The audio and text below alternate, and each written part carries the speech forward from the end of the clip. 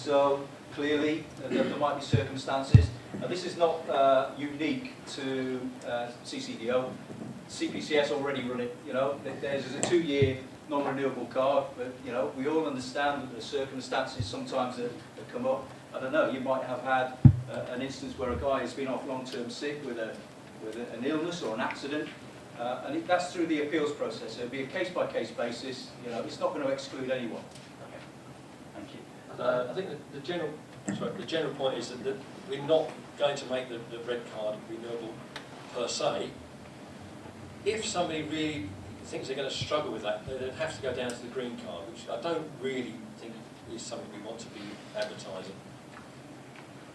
With 3 years' experience, they should be able to achieve an MBQ relatively straightforward. It's not hard. It's not rocket science to achieve an MBQ. MBQs have got a terrible name out there, but they're actually pretty straightforward. I don't want to denigrate the industry, but you will find people leaving it to the second year, 6th, 9th month to look at it. So it's about pushing and encouraging the normal process at the moment with somebody with a red card or a card that's about to expire, they haven't done it. They would get an extension provided they are registered for an MBQ. So they can get an extension, but not necessarily a renewal. There's no grandfather rights on existing cards? No. Sarah would crucify me if I did that. I think Build UK would not accept grandfather rights. Time limit on the MBQ top-up. Now, if you've got to do an MBQ now, your evidence has to be 2 years, within 2 years. Yeah. So if I've done the first part and I've moved on... good point. I was of the understanding that if you'd achieved the units and banked them, they stayed for life. I didn't think that they would ever... I don't know, that's why I'm asking. No, it's a good point. I will check that out. But as my understanding is that if you've got the units, you bank them. They are life units. Yeah. So you can just add those to Okay. Top man to supervise it directly? You see that as being a possibility? It's a possibility, providing the company can. We would then start putting in the verified experience. So if a company can verify that, then they're basically it's the company that's paying. If the company's prepared to pay for that operative to go up to that level, and take the risk that they could fail it through lack of experience, yes. Okay, and one last question, mate. What's the difference between the 5-day managers and supervisors courses? I think I'll throw that back to Ian because it's quite a large difference, isn't there, Ian? It's about the specifics and the semantics. The supervisors one is about setting them up to run a site and basic safety stuff as your health and safety people do on a regular basis. Managers one, don't have to back me up because I don't deliver it that often. It's more to the contracts and advanced demolition techniques, planning, the more odd end. Behaviour and so on. What we did with the supervisors one was try and get the realisation that a demolition supervisor looks after the whole job like a construction manager. So SMSTS I rewrote to be demolition flavour. The manager one, in effect, is extra to SMSTS. It's a top-up on top of it to give them things like contracts and behaviour and what the ethos is behind being a manager and someone on top of that. So we're out of sync with the construction cousins by one card, if you like. Our charge hand is SSSTS, our supervisor's SMSTS. And then the manager's a bonus extra on top to... As you know, it's not something we deliver, but to encourage our clients to go and your members to come back to you. Well, managers go heavily through BS627, the current legislation. We go heavy because there's a lot of role play within it. There's a lot of day-to-day, or each day has a case to go through. So they take it through. The supervisors tell me, when you tell them that the supervisor not driving machines anymore, they try to leave the room. They run late. If you could just go back to that, you asked the question about changing from top man to supervisor. Yeah. The smart card scheme, one of the great benefits of it, any courses that the operative has carried out within that period of experience will be shown on the cards. Yeah. So if they start to do more training, they could perhaps go on a behavioural safety course. That could go on to the card. Any course that is approved by the NDTG, because the card reads our database. This is part of the key to this. It won't read everybody's database. It reads the NDTG database. So as long as it's an approved course, and we can put it on the card, it can be read by any card reader. It's automatically. I don't know how the electronics work, but basically I look at the card as a key to opening the door to our database for that particular operative. So data protection is very high. I have been asked by some members to look into putting fit for work and drugs and alcohol part to it. The trade union do not like that at all. As soon as I suggested to him, he went ape, and he's insisting on having a meeting as soon as I can get back to work. Well, essentially, your trainer, for example, has an emergency first aid as a requirement. Yeah. As you know, the agency doesn't approve first aid courses anymore, so any Tom, Dick and Harry can deliver them. Which ones will you be looking to partner with and to recognise on your cards? How will you determine which are NDTG approved? We may be flexible on first aid because, like I say, there is everybody delivering it. I think as long as it's a robust course, I don't see any great reason why we shouldn't accept that. We put it on the trainer's cards because we thought if the trainer's on site, if something did happen, at least he could be perhaps the last resource for first aid. We never plan for our trainer to be going and becoming the first aider on site. He is there just in case there was an emergency situation. And I think it's good practice actually. I think it's sound. It makes sense to me. You're sending people to another place of work, aren't you? So you make sure that they've got first aid covered. Exactly. And the same with the asbestos awareness. If they're delivering an asbestos awareness course, we won't be asking them to sit on a course. That would be ridiculous. But having asbestos awareness knowledge, I think, is fundamental for any trainer. I wouldn't want to be responsible for sending one of my trainers on site and they come back possibly exposed to asbestos. It's better that they know. Right. Certainly with these smart cards, there's going to be have to be a slight change in culture. The individual's going to have to carry this card. As Howard just mentioned there, this really is a key to the system and actually being able to look at the individual's qualifications. So if he does lose the card, not all is lost because it's still housed on our database, the sector database, the NDTG. And Rob, they can download it to their databases individually. Yeah. We've looked at trying to give you access to, as a company, to your company files on our database. But again, there's data protection issues. So I think we would probably recommend that once the card has been issued, you have a process where you say to your operatives that must then be logged onto your company's computer system for records. The cards are going to be 30 quid because of the smart card process. I'm sure you can appreciate the cards are dearer to produce. So the cards have got a value. If your operative constantly loses them, I would say that you make them pay for it. They are responsible for that card. I was speaking to a contractor the other day and he said they have a policy, if their employee hasn't got a card to go and work on site, bye-bye, home. Don't get paid. It's their responsibility. They've got to start growing up and see that these cards have got a value.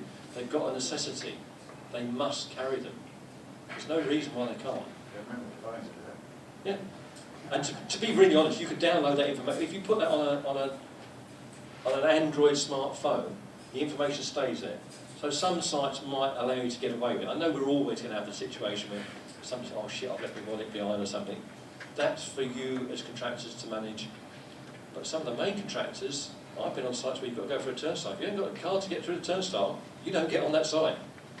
Not, I've left my wallet behind, turnstile, I can't talk back to you. The computer says no, you don't go in.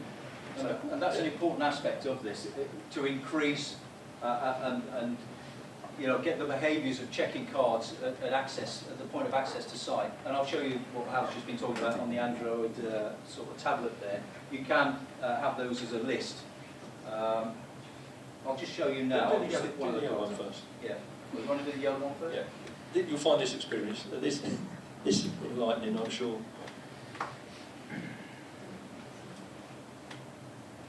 The reader will need Wi-Fi access to read. Yes.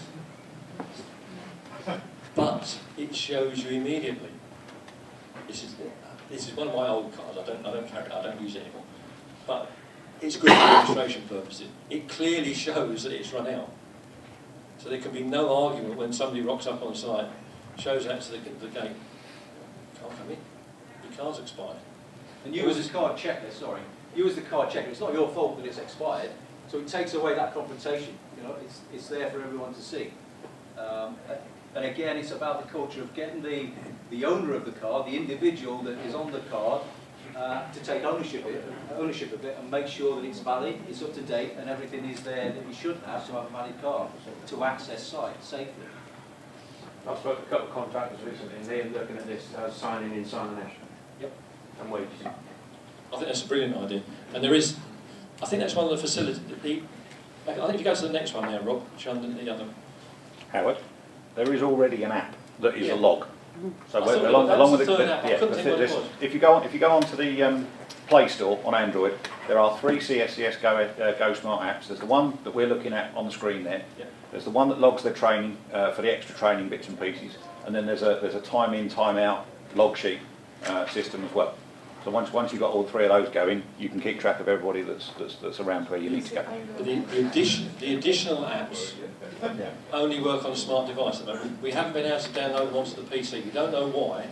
It could be a bit of a PC issue, but Rob's going to go back to the company called Reference Point, who are managing the card scheme for CSCS, and find out what's going on there. If you can log the cards going in, you've done the timesheets as well, haven't you? If nobody's on, if they don't log in, they don't get paid. It gives them even more incentive to keep their cards. I think once this system beds in and gets recognised, these cards will have terrific value. And I can just imagine the guys looking at each other saying, "What's your card say? You've only got that." "Oh, that's all I've got." But the cards eventually will have a whole list of stuff down there. Working at height, hotworks. Every course they do will be shown on that electronically on the detail section. You can't put it on the card itself, there's not enough space. Then you'd have to send the card back to the printers each time. You'd have to be paying probably £10, £15 for a reprint every time you wanted something added. This can be added immediately. Sorry, near enough immediately, two days. Do the course today, by Monday that'll be on the card. Because it will be on our database. As soon as we get the attendee list back from our trainer, goes on the database. This is the key to read our database. That's where the information comes from. Yes, sir. Do you have to physically have the card to check that?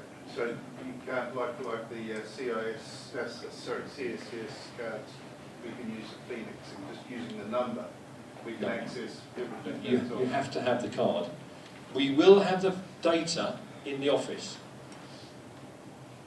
So we can check the data, but we will then, again, exactly like the Phoenix, you need 3 points of reference. You need normally name, date of birth, and a number to check it. Because it's going on our scheme, it will not necessarily be on Phoenix. It goes on straight onto the CSCS database, all of the information. But the courses, the individual courses that we're running are our courses. So they will only go on an NDTG card. They're not going on the CSCS database necessarily, going on our database. Would it be possible to somehow, because for us, we obviously don't have always have physical contact with the guys that we're dealing with, but it would be good to have access. In time, obviously we're going live at the end of August, but in time we'll have the demolition equivalent of Phoenix, so that you can actually exploit details on Got to be slightly careful of that, because it's the data protection thing that worries me. We can't allow everybody to go in and look. We've got to check the data protection side. So there might be a limited amount of data you can see. So, but we will get something there, but exactly how, to what detail, I don't know. We tried yours as well, Wayne? Yeah. I was just curious, making sure I wasn't expired. Which is fine. Howard, is it possible to put PASMA courses and things like that? Will you look at those as well? Will you get people uploading it onto the cards? So anything that's approved by us can go on there. Now, I'm sure you will bear in mind that to actually key the information, there will be a cost. I am quite happy to look at adding other courses that, to be really honest, don't conflict with what we're providing. So a PASMA course, I haven't got a problem with that, but I've got to cover my staff costs for putting it on.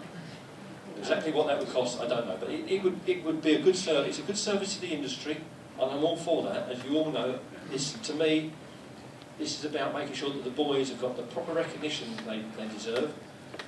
I know that they'll be playing almost like card monopoly in the pub, putting it on there thinking, what you got on your bloody card there? Yeah, I've got more, yeah. The software, obviously, as Howard said, the software is free. You download it on your Android phone at the moment. They are working currently on the iOS version for Apple iPads and smartphones. But yeah, you're going to get people to do this. There is another aspect to this that we haven't mentioned, is smart cards greatly reduce the potential for fraud. It's more, it takes a lot more sophistication to be able to produce these cards from a fraudulent perspective. And we should all be aware that there are cards out there, certainly dumb cards anyway. So I don't want to labour that too much, but this smart card system greatly reduces that fraudulent aspect to it. It doesn't eliminate it, but it does impact it quite significantly. The simple fact that we showed you an expired card shows you how robust the system is. It automatically will show that. Yes, sir. Sorry, what happens when a course expires? If it's a 5-year card, Yes. certain training courses expire, what will they do? Disappear, or will they just say they're expired? It's similar lines to the current Phoenix system. When you look at Phoenix, it says like your health and safety test is out of date. Your card is 5-year life, but the health and safety test is 2-year life. It just comes up and says this particular thing is not current. You But can't it's see still it very there. well on there, but I do actually know that my health and safety test is out of date. So that if you're reading that a little bit closer, you can see the date, the expiry date. So I think it will flag up to people, and it's going to then depend on you as an employer, how much you feel that operative needs to renew, refresh, or whatever that particular course.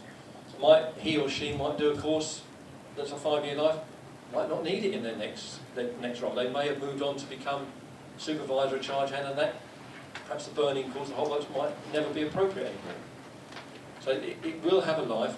It will stay on the card on a rolling basis. There will eventually, we've got a lot of room there, but there will eventually become a stage where we can't physically put any more information on the card electronically. So it will just it will roll over to the most current courses. But every course that every operative attends is logged on our database, so there is a record there. There's already a record there. Our main concern is primarily, and I know you talked about having additional bits and pieces on there, not so much of an issue with that, but as long as the individuals have met the criteria for the card scheme as a basic requirement to get the card issued, any additional bits and pieces that you want to put on that record, should be doable. Sorry, is there a hierarchy as well? When I have a safety manager's card, we now have a visitor's card, a trainer's card, a scissors, scaffold, advanced scaffold inspector's card. Which card do I have? Fortunately or unfortunately, our card scheme will be able to show everything that is relevant to the CCDO demolition sector. Now, I was going to come on to it in a few moments, but CITB at the moment are toying with the idea of disposing, moving, changing the asset of CPCS. That's turned a little light back on in here. We tried 4 or 5 years ago to get plant on our card scheme. This to me is an ideal opportunity. If CITB want to change the CPCS scheme, we will be snapping up the demolition part of the CPCS scheme, putting it onto our card scheme, running the system ourselves. It's a bit of a way off. Rob's already telling me he's got too much on, but we want to get this one out of the way first, and that's next stage. So we are really working towards this one card system. Adding scissors and things, we can't do it, I'm afraid. It's impossible to do. But if you've got a card already and you feel that's sufficient to go and look on a demolition site, I'm not going to start questioning that. But we are giving people the opportunity to take a manager's card if you want. I would obviously love to see all of my demolition auditors have the appropriate card. I think it gives them a bit more credibility. I would probably issue those free of charge to the auditors, just to make sure that they've got something there they can show to members. We have a commercial aspect to this, but it's not all about making loads and loads of money. It is about improving standards on the industry. So I will add what I can, but I can't add everything. We are also working, just for some of you may or may not know this, we're already a part of the association with ARMI, which is ARCA, ACAN and NFDC, the three key parties that deal with asbestos, the three key parties that should be dealing with all aspects of asbestos. Build UK have asked ARMI to develop and produce an asbestos operative card.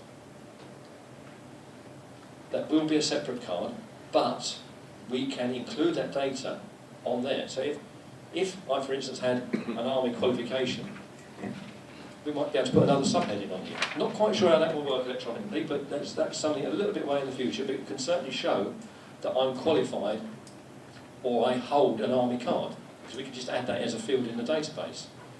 Might have to, some clients may insist that you hold the card as well, but this is leading to that process of one card, one industry card for everything that we cover.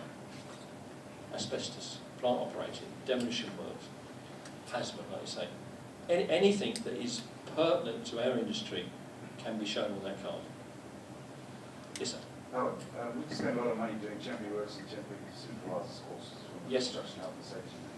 Those are valid for quite a long time. Yep. Is that something that you... I can add those. We actually cover temporary works supervision within the supervisors and managers course. We don't cover temporary works coordinator.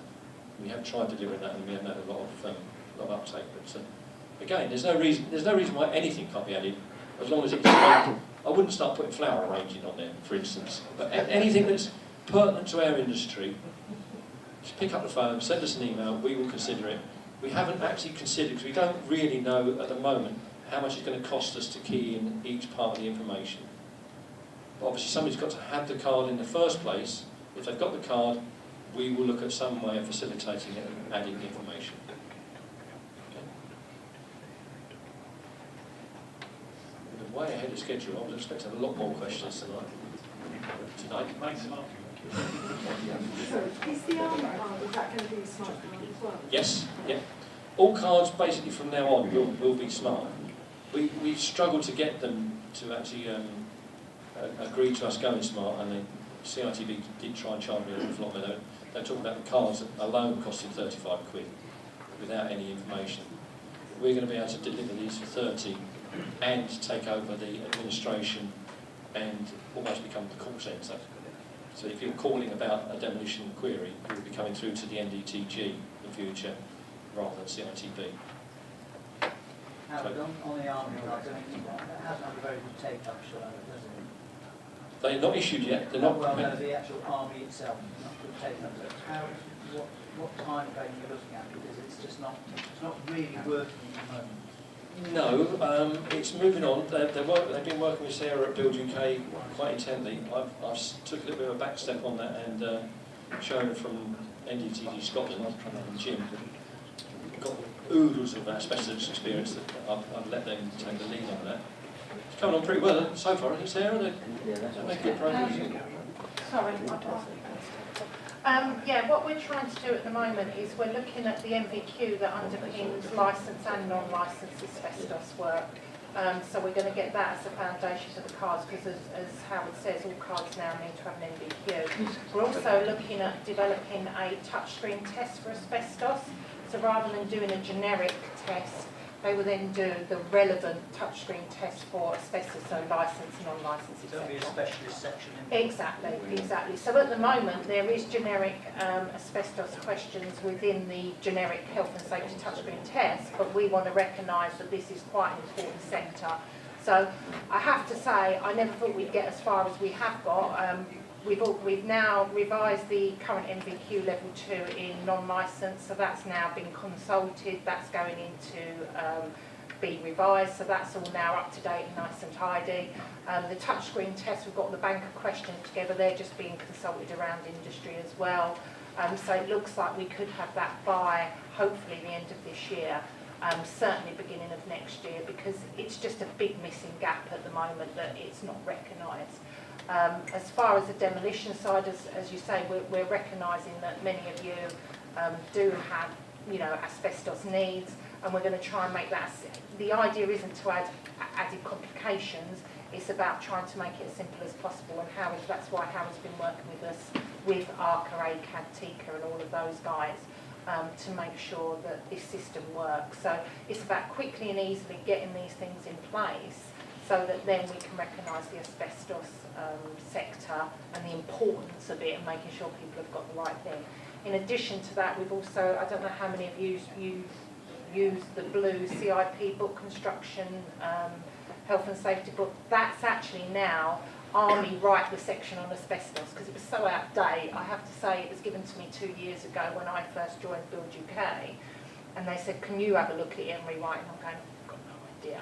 So now Army have actually taken over writing that section as well, so that should be more up to date as well. So it's about, whereas before there was things in place but they were all over the place, we're now trying to join the pieces up, so it's a lot quicker, simpler and easier to make sure that your operatives have the right competencies and they're recorded in the right place, and I think this is a huge step forward. Okay, John? Yeah. To be an individual member of Army is actually quite intense, and I look at Army as exactly the same as the IDE.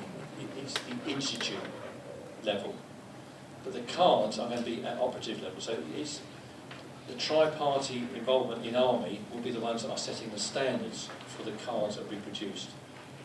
There will be an NNLW level card. We've insisted that goes in, but there will be a licensed operative level, maybe supervisor, manager. The whole, more or less the same suite as we've got here. They're not quite as far, or sorry, we are not quite as far forward with the Army card as we are with this, but they will be using our pattern. We've already offered them the opportunity, as we've got the car producing facility, we don't mind taking over the car production for them. The helpline assistance side is a little bit more complex, and the current deal between the three parties that if an NFDC course is on the card, it would be the NFDC or the NDTG that you would contact inquiry-wise. If it's ARCA qualification, you would contact ARCA. And exactly the same with ACAD. That each party wanted to have its own individuality within the card scheme. So it's a little bit more complex. I think it will work, but eventually I think there may be a central point where Army could become strong enough on its own to administer the scheme completely. And where I mentioned the IDE, I know Duncan's in the room, we had an off-the-record chat yesterday, but I have been asked by a few members whether we would ever consider putting the IDE card on the top end of our structure. It's something I'm happy to do, and it's something that we will take back to the IDE at some point. Whether that goes one way or another, I don't know, I don't want to say, but it's the question that's been asked. At this moment in time, that's not going to happen, is it? No. To be honest. It's not going to happen at the moment, no. It's a separate card, it's an individual card. That's the card you see on the screen there, is the IDE card. Yep. The only thing we're seeing you doing all the legwork, which has been quite good, well done for this far. We may take it a bit further and have CPD added to that, and they're logging in and out of our seminars through that. I don't foresee that going up the top of the CCDO tree. I read that discussion the other day, because it is standalone at the end of the day. What we might add to this one is the degree course that starts next year. So that will be added to that. So there should be an association between the card parties. Yeah. It's a separate industry, not the same industry, so a separate industry, and you know, the cards should remain separate as far as I'm concerned. But what we'll say, just going back to level 4 or 3 now for supervisors, obviously for the Tech IDE membership, for gold card and black card, I've just asked Maureen to check, because you've taken it back to level 3 or level 3 plus, that may affect gold card membership to IDE. Because at the end of the day, we was agreed on full MVQ'd at 4. So I'm just going to check that. Yeah, I'm with you.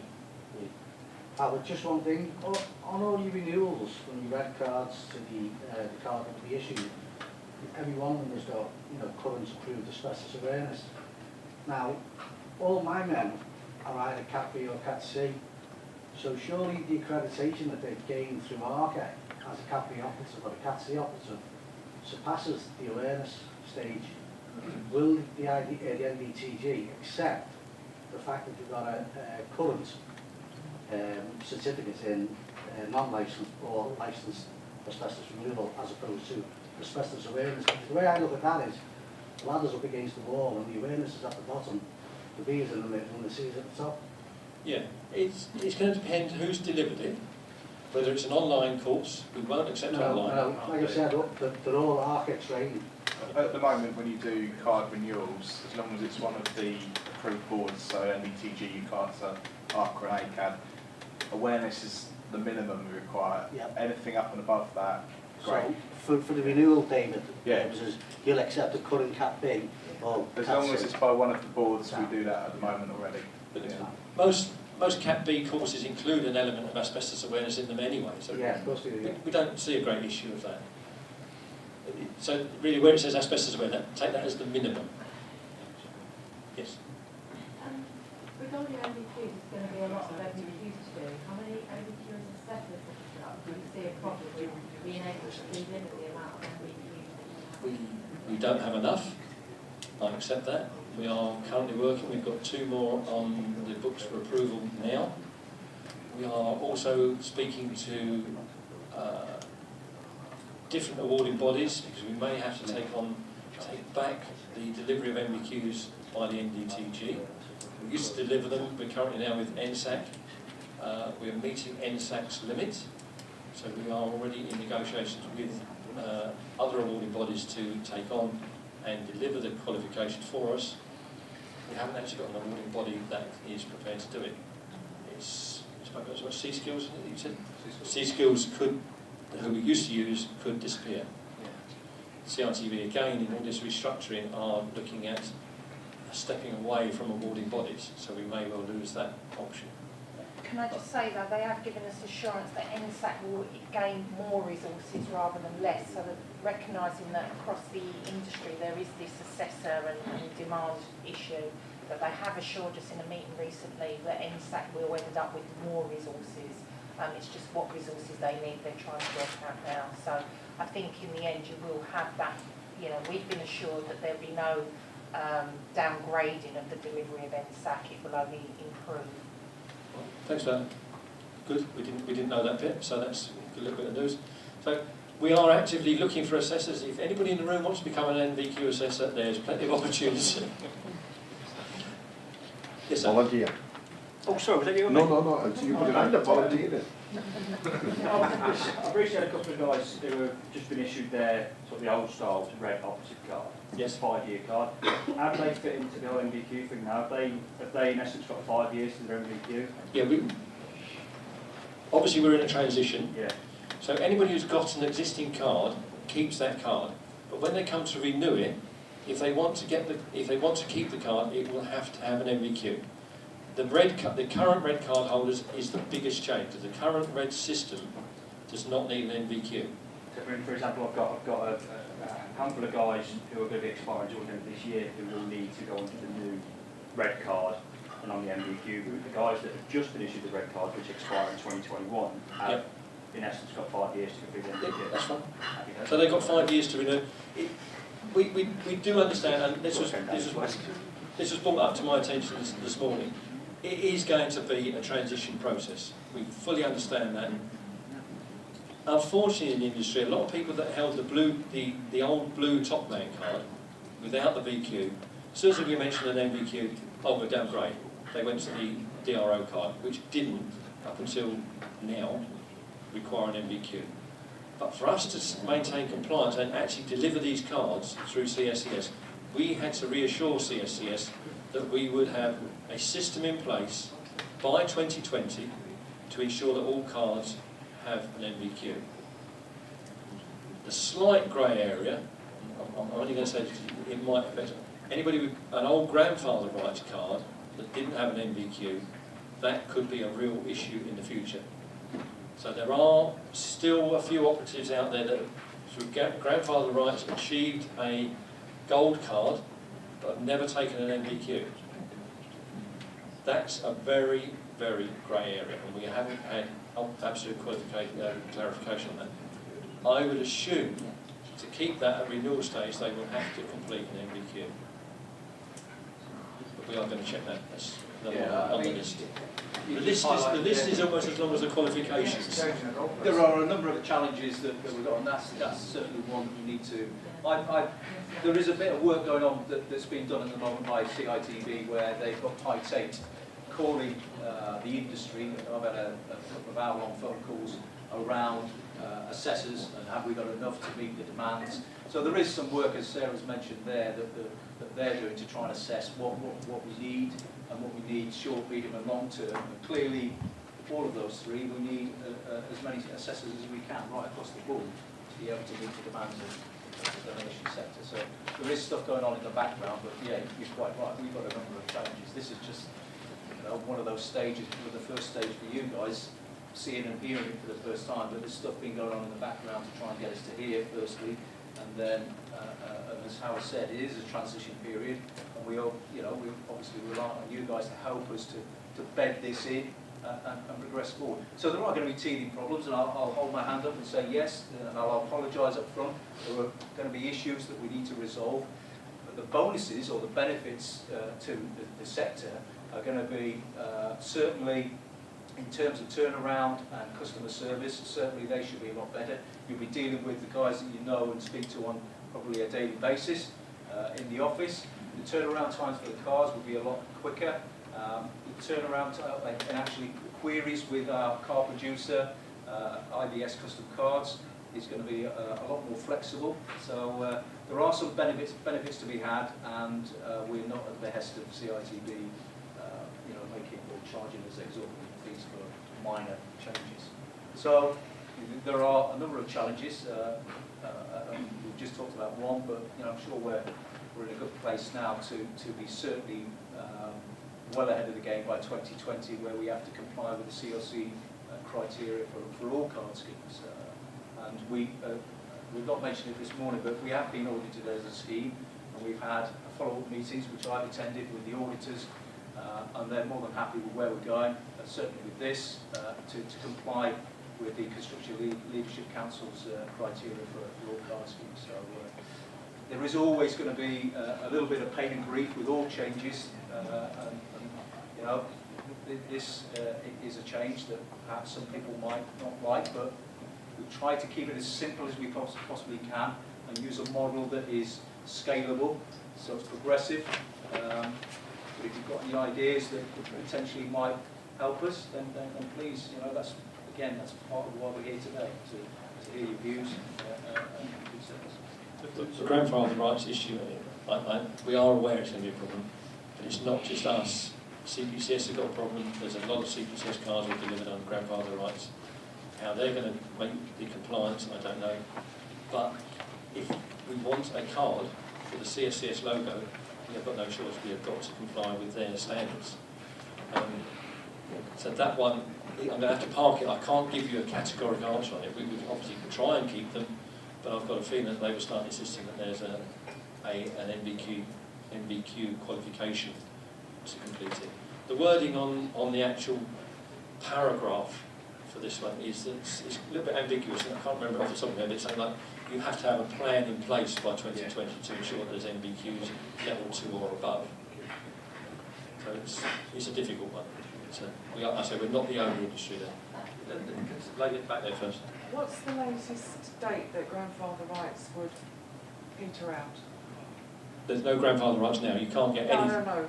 If they've got the cards now, when would the last one be retired and get rid of the problem? Yeah. That's a good question. I can't answer that one. I mean, if they were... They stopped grandfather rights quite a while ago. Yeah.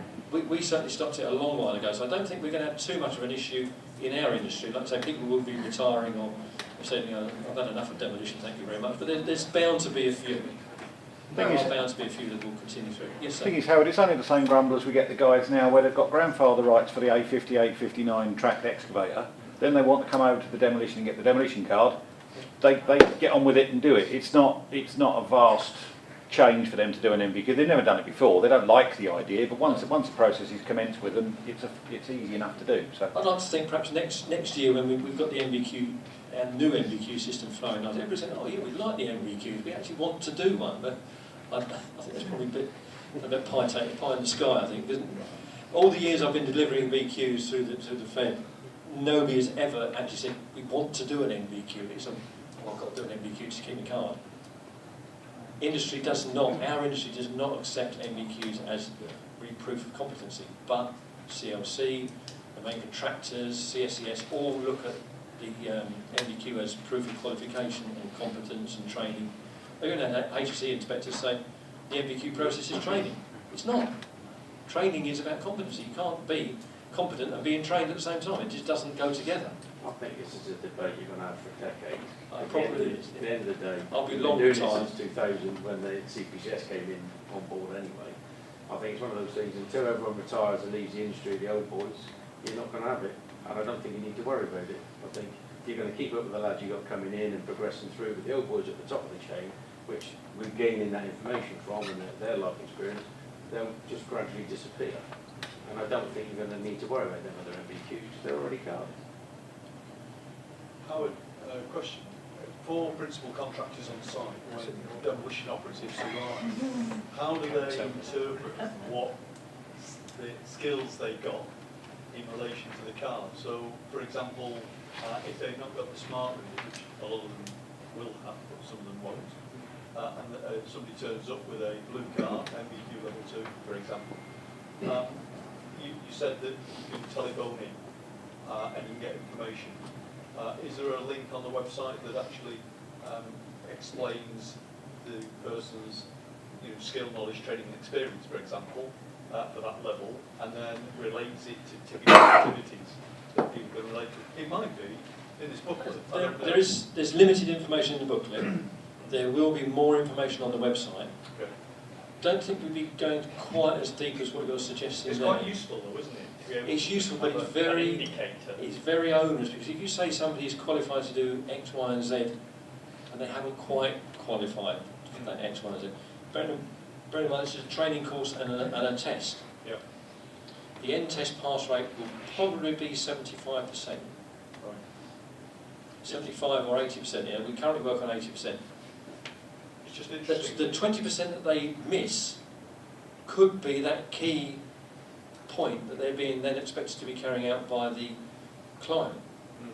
I wouldn't want to be putting my name to saying that every operative is assessed to do everything. Yeah. And then a client come back to me saying, well, the NDTG said he was okay to do this. The client and the site manager under the CDM regs has got a responsibility to check the competency of his staff. Yeah. And that doesn't mean just a card. So if I've sort of used the analogy before a tower crane operator. If you had a tower crane operator and he might have a perfectly legitimate tower crane operative card, when he's got up there, and if he starts swinging it around all over the show, you can't just shut your eyes to it. No, you should be saying, wait, down. You're not fit to be driving that crane on my site. That's how I read the CDM regs. Yeah. The managers, the supervisors can't close their eyes anymore. You may have a card, you may be sent to be competent, but you've got to be monitored and assessed as well by the management team. Ironically, the word competence has been removed completely from the CDM regs. Yeah. And replaced. And the guidance note says quite clearly you shouldn't rely on a class in. Correct. Yeah, So, exactly. So Well, what did they say about it's the... an indicator, isn't I it? thought it said the CDM regs, there's something about us, the It's skill, knowledge, training and experience. For workers, Yeah, but HSE can't assess skill, knowledge and experience. What they can do and what they do is look at training, and that's what they're reinforcing. So that will be on the card. for The example, training. if a blue card like that, for example, where you've got a demolition top man with minimum 3 years experience, it would be helpful. Because it doesn't say it on the card, so, whereas if you make the phone call, Howard, or check on the website, if it's not smart, it would be helpful for the site managers to understand that. Presentation back on the moment, the other one. What we're doing on the website, I'm thinking for people just to get comfort, Howard, yeah, that's when they're looking right. at I understand where you're coming from. I think we've covered it.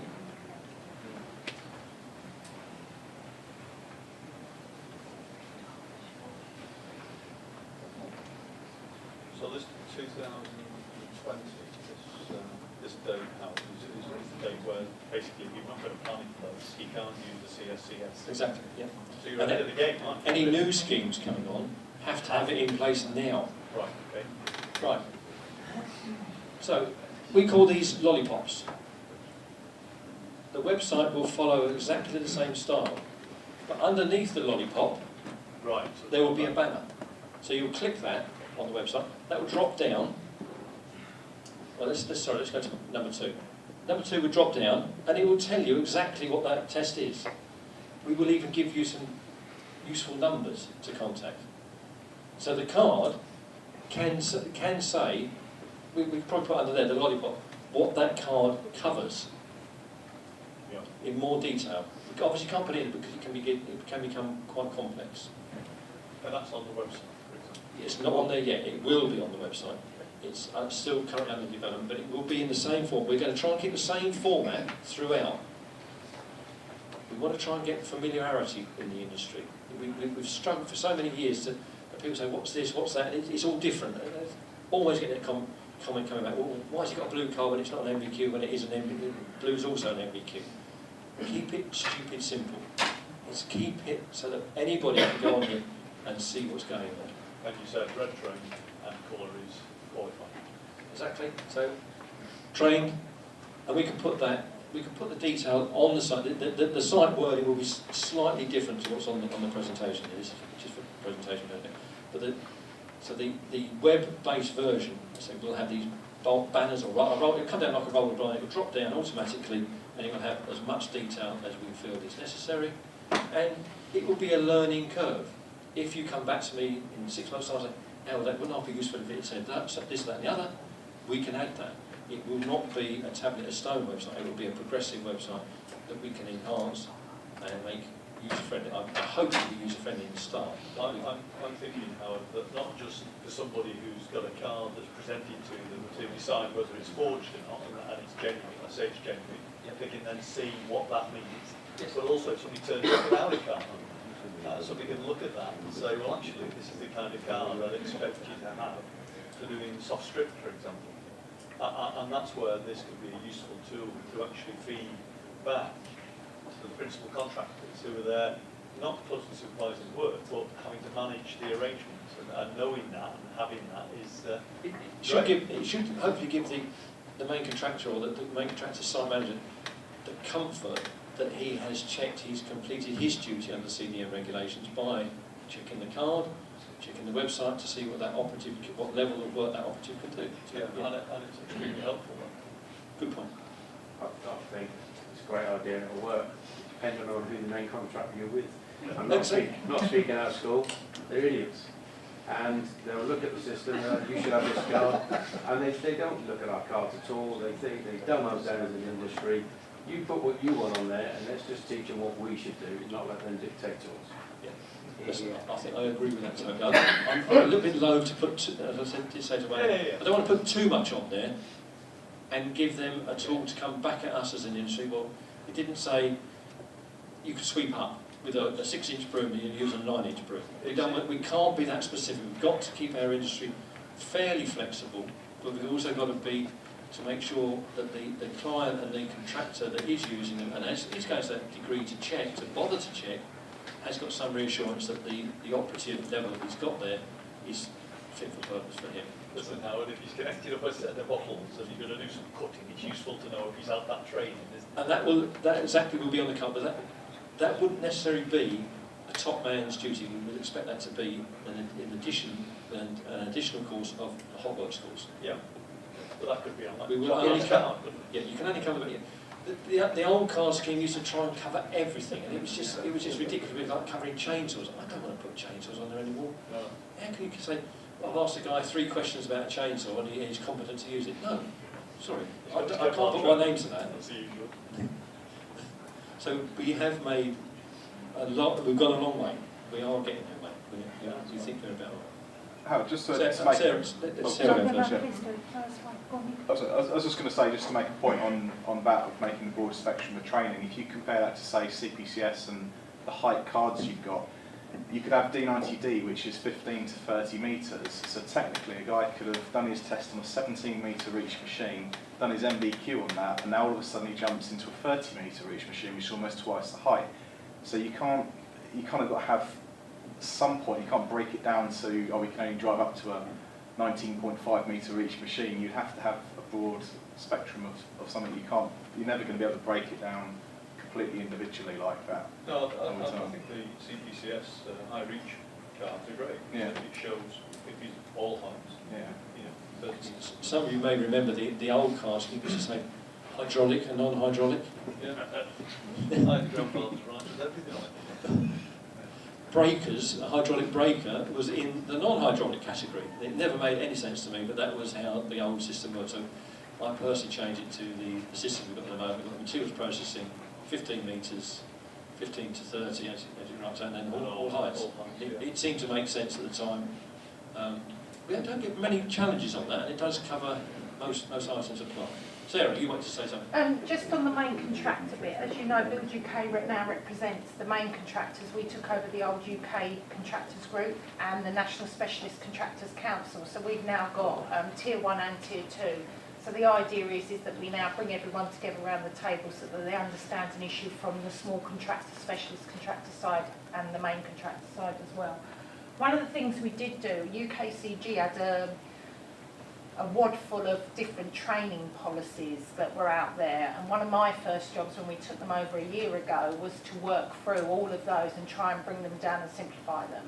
Just to hopefully reassure people, and we do respect the fact that, you know, we do have main contractors that decide that they want to put their own bells and whistles on things, but as a main, we've written the Build UK training standard, and I'm going to simplify this quickly, but there's more detail in it. But saying that, I've gone from 170 odd pages, this document's like 5 pages now, so that shows you hopefully how much simpler it is.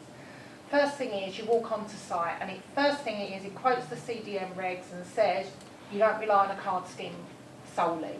You know, this is one way that allows you to assess whether that person is able to do the role that you're bringing them on site to do. But you need personal judgment, you need to be able to look at past training experience and things like that. So we are very, very clear, not just a card alone.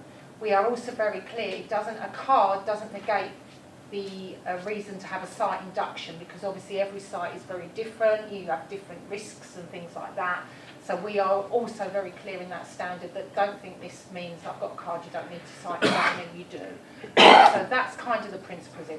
First question is, do you hold the correct card at the correct level for the correct operator, for the correct role that you're being brought on site to do?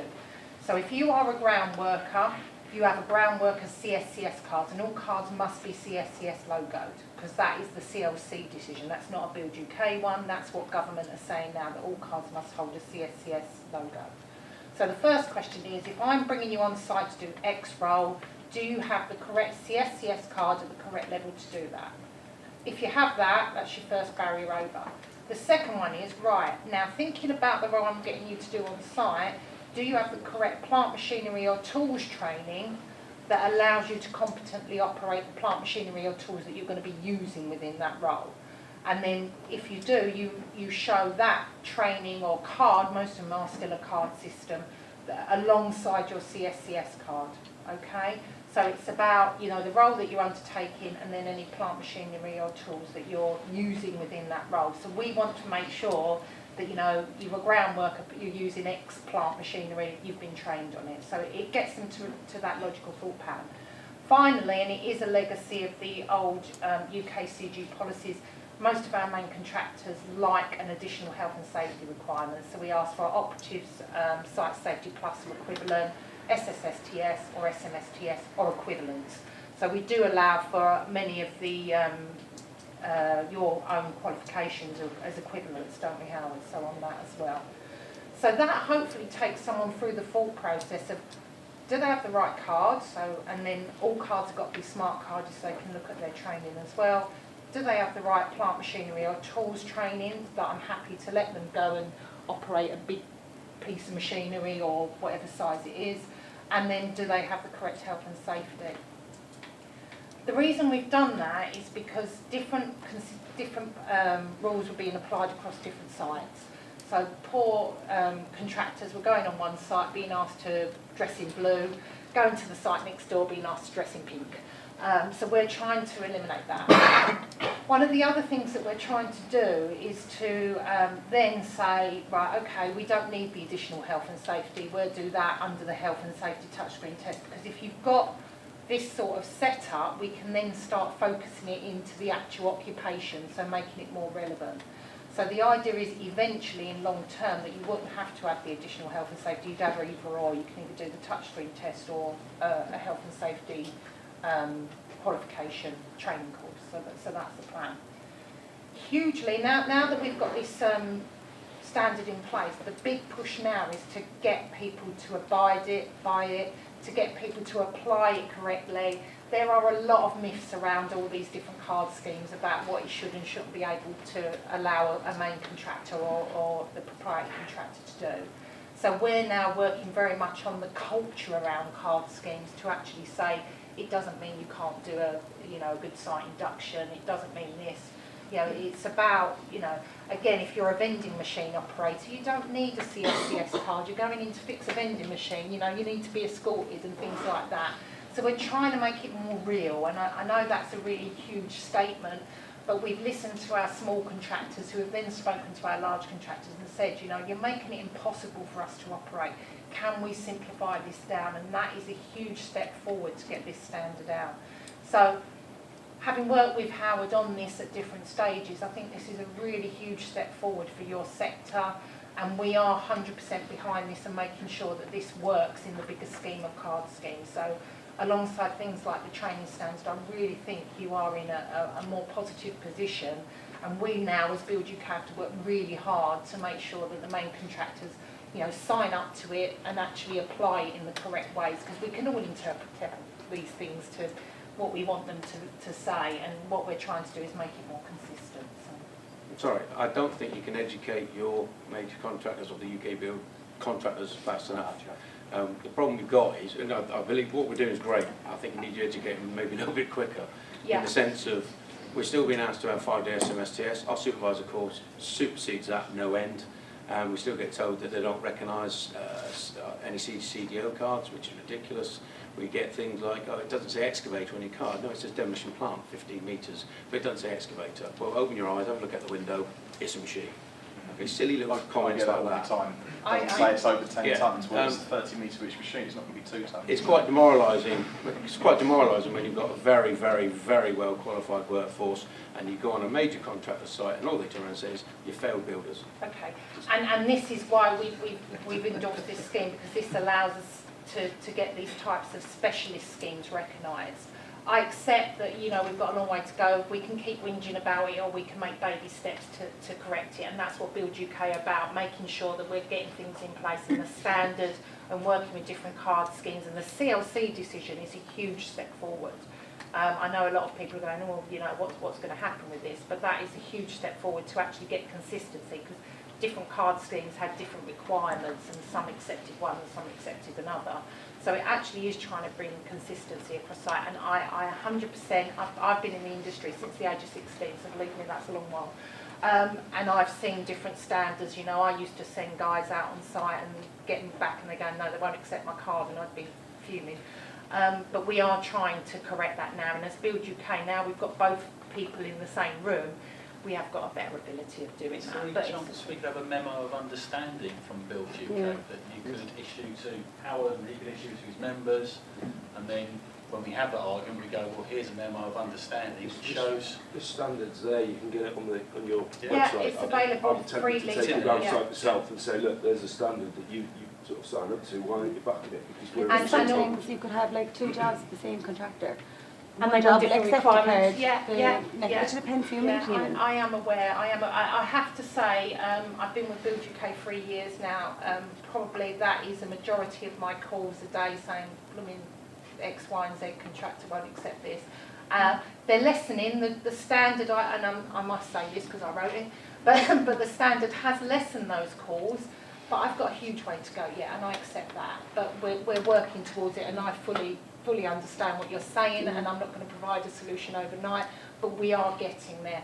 And as you say, the standard is freely downloadable, and what we also do, if we get reports back, so if someone rings me and says, oh, X contractor isn't complying, there is a form that you can then record that, send it into Build UK, and then we can look at seeking through why that is. And sometimes it's just this interpretation, and we've tried to make, you can imagine, 170 pages down to 5. We've simplified it as much as we can, but sometimes it still needs a little bit of clarification and simplification.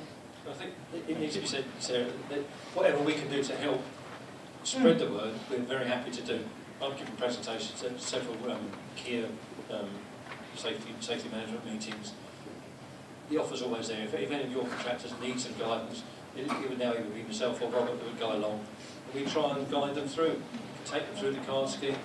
So if any of you as contractors have got a specific problem with one of your clients, one of the main contractor clients, just let us know. Just open the door and I'll be there. We will try and educate the clients as well. That's really what this is all about. This is not just our side. We have got to, as you were quite rightly saying, educate the clients as well that our scheme is there, fit for purpose, robust, meets the needs. So, Sarah, can you speak to Keith Prince from Balfour Beatty? Keith Prince helped me originally, because Keith Prince was seconded to Build UK last year to work on the training standard with me, so he helped with the original one. He got seconded back earlier than we thought. We now have a lady from, where's she from, Emma Bentley, Lendlease. She's now taken over that role, because the idea of these sorts of things is we want the practicalities, we want to know what's applied on site. So I come up with something, and Emma will go, well, when we were on Lendlease, we used to think this, this and this, and I go, but what about that, that and that, you know, and we have that debate, and we hopefully come with a realistic solution. But Keith was very prominent in actually pulling together the original standard. It's gone through a number of reiterations. It took over a year to get together. It was consulted widely with industry as well. It's not ever going to be a done deal. We're going to revise it again. You know, it's always going to have new courses because we accept people on courses. It's going to have new card schemes as they get the CSCS logo. It may come up that, oh, we didn't think of that question, but it's come up a number of times. So it's going to have reiterations, keep going, but it's a good start. Sarah, this is a good move. It's a fantastic move. We've got to keep it simple. As people have said, you know, the main contractors need to have clarity. They need to understand what things mean. And the card by itself isn't enough. No. But it's a good starting point. It and when I spoke to Keith last year, I said to him to ring you guys because he was passionate about getting it right. Yeah. I think it's well done. Yeah. And I have to say, the speed that Howard's done this, it's commendable, it really is. And again, I'm sure there's reiterations of the scheme, and we're going to work through some of the issues that have come up when, you know, they go through. But you're in a fantastic start. You're so ahead of the CLC decision, so that you should really now, it shouldn't, you know, create some issues for contractors on site. That's what Build UK are always keen to do, is not all of a sudden make it impossible for someone to go on site and work. It's about making sure that they go on site and they're safe. That's the issue. Yeah. Thanks, Sarah. Perhaps I should be considering early retirement now. Well, at least a week off or something. I'm sure they'll find me something else to get me to. Yeah. Right.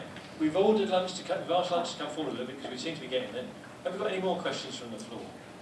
I'm sure we're going to get a load of questions afterwards once this is sort of embedded in. You've had a good chance to read the booklets and everything. Howard, can I just put one point out? I've got in the diary at the moment all the pilot courses. I didn't put them up on the website because I knew that would confuse people instantly before this card meeting's taking place. But next week when I'm back in the office and putting the dates up for all the pilot courses taking place in Hemel for the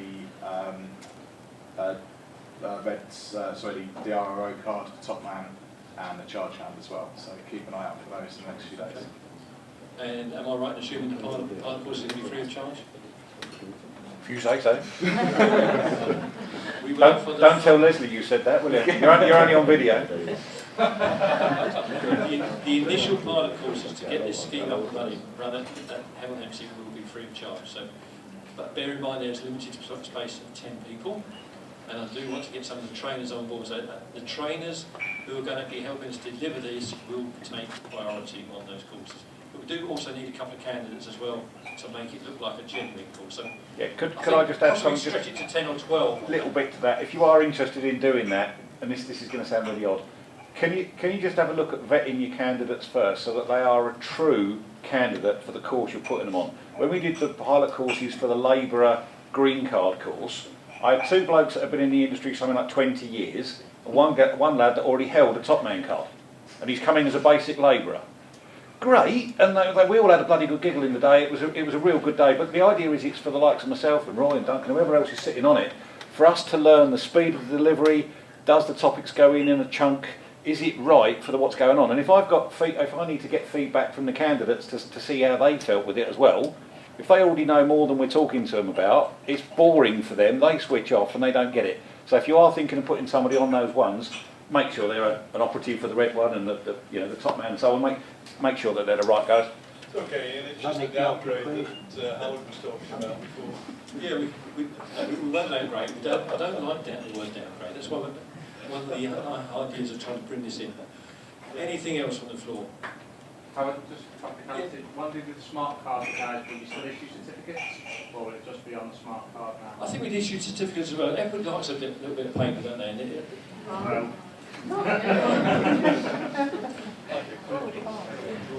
I still collect all my certificates and every IDE meeting and everything I go to, and I use them to build up my CPD portfolio. I think we will continue issuing certificates. There's no plan to stop those at the moment. But the certification process will automatically add it to the smart card. Are we talking to any other industries or any scaffolders about bringing them into the scheme so that we can move their cards? All cards are going smart through the process. I'm not sure if the scaffolder's card is already smart. I think it is. All CSCS, what they call it, core cards, hence my IDE card that you saw there, my site visitor's card, the core cards being delivered by CSCS are smart. And they'll be readable on this. The smart system is universal. We'll go outside, there's a couple of scaffolders. Did you get a picture? I'm thinking. I'm not sure. I just reinforce the Go Smart app, which is called Go Smart, is a free application. You can download it. It was a bit of a faff to get it on the laptop. I don't know why, but it was our system or but it just didn't seem to want to.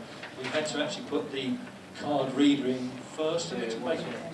So it might play up, but it works very well on the phones. I know Ian downloaded it straight on the phone. Yeah, if anyone's got a card like that in their pocket, we can show you it works right now. You've got the little gold chip and pin thing on the front of it. If you've got one of those, it will work on that now. We can bring the phone around, put it over the top, and I'll show you your card works on Smart right now. But they're the builder ones, they're the CSCS We ones. won't read bank cards. Doesn't my phone. Sorry. No. Not at the moment. Yeah. We are working on that software now, so that iPhone and iPad users will be able to have that same. That is the actual problem. There is Apple haven't released the functionality to the mass market. It's already within the phones. It can do it, but they haven't released the application. If I can say one last thing as well, and Wayne mentioned it, in order for us to keep the momentum going and making sure that we make this progressively better for you and for us, of course, there's obviously got to be a selfish aspect to this. Feedback is important, good, bad or indifferent, so as and when you see these things, we've given you some handouts this morning, so the scheme booklet, when you see the website come out, if there's things there that you believe are not needed or things there that aren't there that should be there, then just contact us and let us know. So we do need constant feedback. You've obviously met everyone now, you should know everyone now, and please give us a call and let us know if there's something missing or something you want or something, or any ideas you might have. We might not be able to do them, but at least discuss them and think about it. Like the potential demolition version of Phoenix. You won't get full accessibility to it all, but you have enough to do what you want to do. So that's something that we can certainly take away and look at. You mentioned transferring information to database. What's put the card on? Have you got an example of that? Oh, yeah, you did catch that. Sorry, on the Yeah, you were talking about, but that's good. Yeah, you were talking, are you talking about exporting it to an Excel spreadsheet? Yeah, so is that just not the applications? It's to show on the card. I think it's the menu option on the card. It's not. It's actually not very easy to find. So look, it's a quick 2 seconds to show you that. Something happens around yesterday. Yes, it's crashing on computers. So be careful.